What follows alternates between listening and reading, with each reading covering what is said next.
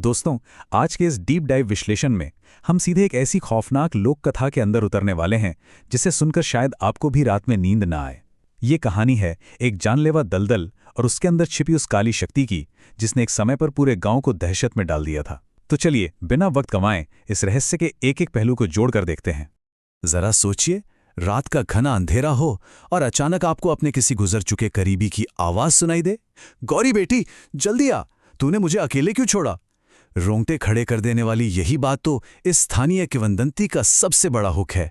ये वो खौफनाक बिंदु है जिसने उस गांव को एक ऐसे डर से रूबरू कराया जिसे शब्दों में बयां करना मुश्किल है।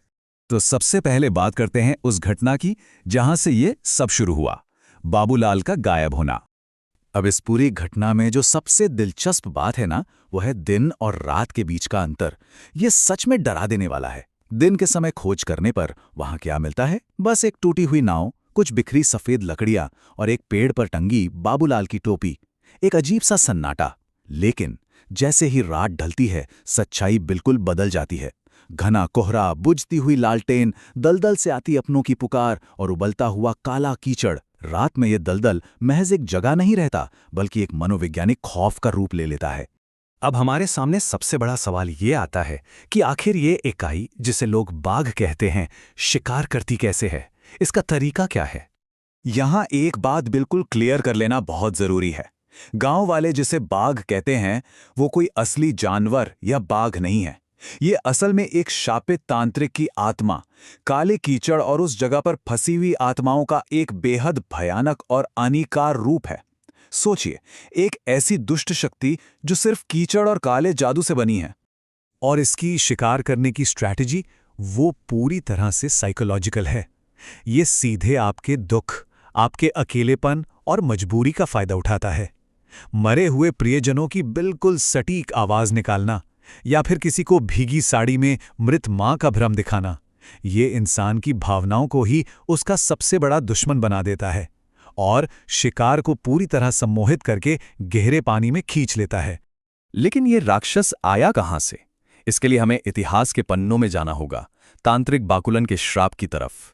अगर हम इस श्राप की टाइमलाइन को देखें तो सदियों पहले बाकुलन नाम का एक तांत्रिक अमर होने के लिए इसी दलदल में काला जादू करता था। जब गांव वालों को पता चला तो उन्होंने बगावत कर दी और उसे वहीं दलदल में जिंदा गाड़ दिया। पर मरते मरते उसने एक खौफनाक श्राप दिया कि वो उसी कीचड़ से आत्माओं को अपना शिकार बनाएगा। और आज वो इकाई अपनी उस अधूरी काली साधना को पूरा करने के लिए फिर से जाग उठी है। अब जरा इस नंबर पर ध्यान दीजिए, 100, पूरे 100। गांव के सबसे बुजुर्ग व्यक्ति माधवराव के अनुसार बाकुलन के उस अमर होने वाले विकृत जादू को पूरा करने के लिए ठीक 100 पवित्र आत्माओं की बलि की जरूरत है, ना एक कम ना एक ज्यादा। और यही कारण है कि वो दलदल लगातार अपना शिकार ढूंढ रहा है। इतने खतरनाक रिकॉर्ड के बाद भी कहानी में एक मोड़ आता है, रघुनाथ का बचना और श्राप को बांधने की विधि। आखिर इतने लोगों में सिर्फ रघुनाथ ही क्यों बचा? क्योंकि उसका दिल लालच से पूरी तरह मुक्त था। वो वहां सिर्फ और सिर्फ दूसरों की जान बचाने गया था। उन भयानक भ्रम और आवाजों के बावजूद उसने अपना दिमाग शांत रखा। इस वजह से बाघ की पकड़ उससे छूट गई। वो श्राप की नजरों में एक अधूरा शिकार बन गया और इसी चीज ने उसे इस काउंटर रिचुअल यानी श्राप को बांधने के योग्य बना दिया। क्योंकि उस दलदल ने उसे छुआ तो था, पर पूरी तरह निगल नहीं पाया था। रघुनाथ को एक बेहद हाई स्टेक्स तांत्रिक प्रक्रिया करनी पड़ी।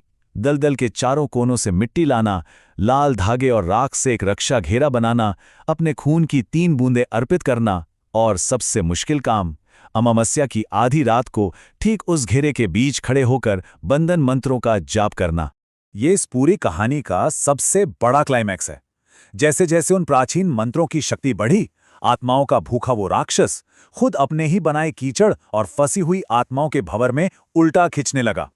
रक्षा घेरे और मंत्रों के दबाव में आकर आखिरकार उस बाघ को घुटने टेकने ही पड़े। लेकिन रुकिए, हमारा यह विश्लेषण उस आखिरी दिल दहला देने वाली चेतावनी के बिना अधूरा है। पुजारी के शब्द थे, श्राप मरा नहीं है, बस सो गया है और ये कभी भी फिर से जाग सकता है।